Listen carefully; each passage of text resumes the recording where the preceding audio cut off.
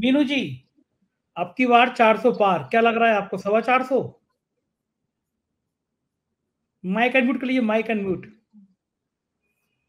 कहने के लिए तो कुछ भी कह दीजिए, 600 भी कह सकते हैं। मोदी जी तो कुछ भी बोलने में उस्ताद है और कोई उनकी जुबान पकड़ भी नहीं सकता है। और क्योंकि नहीं पकड़ भी ले तो आईटी सेल जस्टिफाई कर देगा कि 600 कैसे ला सकते हैं मोदी जी। आप बोलते रहो 540 है सीटें, तो ऐसा नहीं है। देखिए 400 पार के लिए भी संजय जी, एक जो लहर लहर भी क्या कहिए, सुनामी होनी चाहिए। सुनामी भी बड़े हाई इंटेंसिटी की, बड़ी ऊंची ऊंची लहरें 50-50 फुट ऊंची उठ रही हो, तब होना चाहिए। जहां पे ये सवाल आ रहा है कि आप देश का एक हिस्सा साउथ इंडिया, उसमें आपकी कोई पैठ नहीं है, आप केवल नॉर्थ इंडिया के प्रधानमंत्री हैं, नॉर्थ इंडिया की सीटों से आप प्रधानमंत्री बनते हैं। नॉर्थ ईस्ट में आपका बेस डगमगा गया है मणिपुर की घटना होने के बाद से, जो कि 2019 में उनके पास थी सारी सीटें। एक बहुत लंबा इलाका आप जम्मू कश्मीर में देख लीजिए, उसमें आप कश्मीर घाटी से तो आपको कोई सीट नहीं आनी है, जम्मू से आनी है सीटें। पंजाब में आपको भरोसा नहीं है कि कितनी सीटें आएंगी, आपको बंगाल में भरोसा नहीं है कितनी सीटें आएंगी, आपको बिहार में भरोसा नहीं है, झारखंड में तो बिल्कुल भी नहीं है इस वक्त, और प्रोबेबली बिहार से भी आपको बहुत नुकसान पहुंचेगा। तो इतनी जगह से जब आपको नुकसान हो रहा है और मेजर जहां पे चंक है सीट्स का, तो वहां उस स्थिति में आप कहना कि 400 पार, देखिए ठीक है, अपने मतदान कार्यकर्ता का उत्साह बढ़ाने के लिए, उनका मनोबल बढ़ाने के लिए आप कह सकते हैं। और मोदी जी तो रेटोरिक, जो शब्द जाल जो है उनको बड़ा अच्छा आता है फैलाना, और कह भी देते हैं, और ना भी सिद्ध हो तो उनको शर्म भी नहीं है कि जवाब, क्योंकि उनको प्रेस को तो फेस करना नहीं है कि बाद में प्रेस पूछेगी कि आपने कहा था 400 पार, आपके क्यों नहीं आए, तो वो भी जवाब नहीं देना है। तो इसलिए जो भी समझ में आता है उनको वो उठा के बोल देते हैं। देखिए अभी मैं आपको बताती हूँ कि ये डिफाइनिंग मूवमेंट कहां से शुरू हुई है। जो राहुल गांधी की जो यात्रा हुई है, जो यूपी में पहुंची, इस यूपी में जो उसमें भीड़ उमड़ी है, जन सैलाब जो उमड़ा है, इसकी उम्मीद मेरे ख्याल से कांग्रेस को भी नहीं थी कि इस तरीके से लोग उसमें आएंगे। और वहां पे देख के सब हैरान हैं कि ये लोग आए क्यों, कैसे आए, और वो ना केवल आ रहे हैं, वो उसमें पार्टिसिपेट कर रहे हैं। जो भी वहां जो हो रहा है, जो राहुल गांधी चाहे इंटरेक्ट कर रहे हैं उनके साथ, या बुला रहे हैं, या कुछ भी कर रहे हैं, वो रेस्पॉन्सिव भीड़ है, वो जवाब दे रही है, वो अपनी ग्रीवांस से, अपनी दिक्कतें, अपनी परेशानियां उन्होंने बताई हैं। तो उससे ये लगता है कि अगर यूपी जैसे स्टेट में राहुल गांधी को सुनने के लिए वहां भीड़ इकट्ठी हो गई है, तो ये तो एक अजूबा है। तो उन स्टेट्स में क्या हालत होगी, अगर जिन स्टेट्स में उनकी अपनी सरकारें हैं, विपक्ष की सरकारें हैं, या कांग्रेस की अपनी सरकारें हैं, तो वहां भी लोग सुनने आएंगे। न केवल सुनने आएंगे, वो वोट भी देंगे, क्योंकि जनता को धर्म की जो चाशनी थी, वो जो अफीम थी, वो 10 साल से चाट रही है जनता। नाउ इनफ इज इनफ, बहुत हो गया। जनता को लगा कि 10 साल हमने धर्म की अफीम चाटी, और इस विश्वास के साथ कि सबका विकास होगा, सबके साथ होगा। लेकिन वहां कुछ हो ही नहीं रहा है, वहां किसी एक दो का विकास हो रहा है और बाकी तो सब पीछे छोड़ दिए गए हैं। 2-1 का विकास हुआ, बाकी 80 करोड़ 5 किलो सरकारी अनाज पे निर्भर हो गया है। देश के अंदर 40 वर्षों में सबसे ज्यादा बेरोजगारी है, सबसे ज्यादा नफरत का माहौल बना हुआ है। तो जो नॉर्थ इंडिया की जनता, जिसके कि मोदी जी जिनके वोटों से प्रधानमंत्री बने हुए हैं, वहां की जनता को भी अब अपने मुद्दों में की चिंता सताने लगी है। उसी का नतीजा है जो राहुल गांधी की यात्रा में जो भीड़ जुटी है, वहां जो नुक्कड़ सभाएं हो रही हैं, उसके अंदर जो चोको ब्लॉक हो रहा है, जो भयानक भीड़ हो रही है, वो उसी का नतीजा है। बेचैनी जो है अंदर, लोगों को जो इनसिक्योरिटी, असुरक्षा की भावना आ गई है लोगों के अंदर कि अब आगे होगा क्या। क्योंकि मोदी जी के पास जो आर्थिक फ्रंट है, देखिए राजनीतिक फ्रंट पे मोदी जी के पास बहुत सारी स्कीम्स, बहुत सारे रेटोरिक्स, बहुत सारे नैरेटिव्स, बहुत सारे प्लान्स हैं, और एक नहीं हजार होंगे। लेकिन आर्थिक मोर्चे के ऊपर मोदी जी फेल साबित हुए हैं। आप कहते रहिए 5वें नंबर की अर्थव्यवस्था है, आप पर कैपिटा इनकम में कहां है दुनिया के अंदर?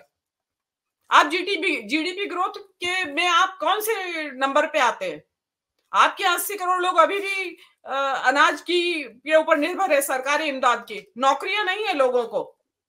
तो आप जो अर्थव्यवस्था का जो फ्रंट है उस पे मोदी जी फेल हुए हैं। तो जो जनता है, देखिए जनता इकोनॉमी के जार्गन्स नहीं समझती है ये जीडीपी पर कैपिटा आम जनता नहीं समझती है। उनको तो ये दिखता है कि हमें क्या मिल रहा है, हमें नौकरी मिल रही है या नहीं मिल रही है, 2 जून की रोटी आराम से खा पा रहे हैं या नहीं खा पा रहे हैं, 200 रुपया तेल हो रहा है, सरसों का तेल, उनको तो वो सस्ता चाहिए, उनको तो पेट्रोल में सस्ता चाहिए, उनको सिलेंडर 500 रुपए का चाहिए, उनको मसाले सस्ते चाहिए, दाल सस्ती चाहिए, सब्जी सस्ती चाहिए, जो कि मिल नहीं रही है। आप देख लीजिए 100 रुपए लीटर कब हुआ था तेल, 2 साल हो गए पब्लिक बर्दाश्त करते करते। तो तेल सस्ता हो जाए तो बहुत सारी चीजें अपने आप सस्ती हो जाएंगी, लेकिन नहीं हो रही है। आप तेल कंपनियों का भयंकर मुनाफा हो रहा है, ये जो इन्होंने रशिया से तेल खरीदा उसके बाद से भी, लेकिन पब्लिक को क्या मिल रहा है उसमें से? जो आपने भयंकर मुनाफा तेल का कमाया उसमें से पब्लिक को तो आपने कुछ भी नहीं दिया। तो पब्लिक को मिल कहाँ रहा है उस मुनाफे की, या जो आप जिसका क्लेम कर रहे हैं उसका, वो तो पब्लिक को मिलना चाहिए ना। जो डेवलप्ड इकोनॉमीज होती हैं संजय जी, वो सभी पब्लिक वेलफेयर की स्कीम्स चलाती हैं। आप डेवलप्ड वर्ल्ड में जाके देखिए, सोशल सिक्योरिटीज की स्कीम्स है वहां पे, जिनको कि मोदी जी रेवड़ी कहते हैं, वहां ऑलरेडी है वो रेवड़ियां, क्योंकि डेवलप्ड है इकोनॉमीज। और आप कहते हैं हम 5वें नंबर की अर्थव्यवस्था है और 3रे नंबर की बनने वाले हैं, और लेकिन आप सोशल सिक्योरिटी के नाम पे क्या दे रहे हैं? कुछ भी नहीं दे रहे हैं। किसी भी आप बीमारी, आपने शिक्षा को प्राइवेटाइज कर दिया, आपने स्वास्थ्य को प्राइवेटाइज कर दिया, तो पब्लिक के पास बचा क्या है? ना तो खाना इतना महंगा, शिक्षा इतनी महंगी, और क्या कहते हैं आपके एजुकेशन, बच्चे को स्वास्थ्य के लिए हॉस्पिटल में जाएं तो वहां आपको प्रॉब्लम है। सरकारी अस्पतालों को आप बंद करते जा रहे हैं, प्राइवेटाइजेशन की तरफ आप जा रहे हैं। तो ये चीजें पब्लिक को देखिए टाइम लगा समझने में, क्योंकि धर्म का आंधी इतनी भयंकर चली हुई थी कि तो आंख में धूल पड़ी हुई थी पब्लिक के। लेकिन अब पब्लिक को समझ में आ रहा है कि ये बहुत इन्होंने हमें धूल बहुत झोंकी आंखों में।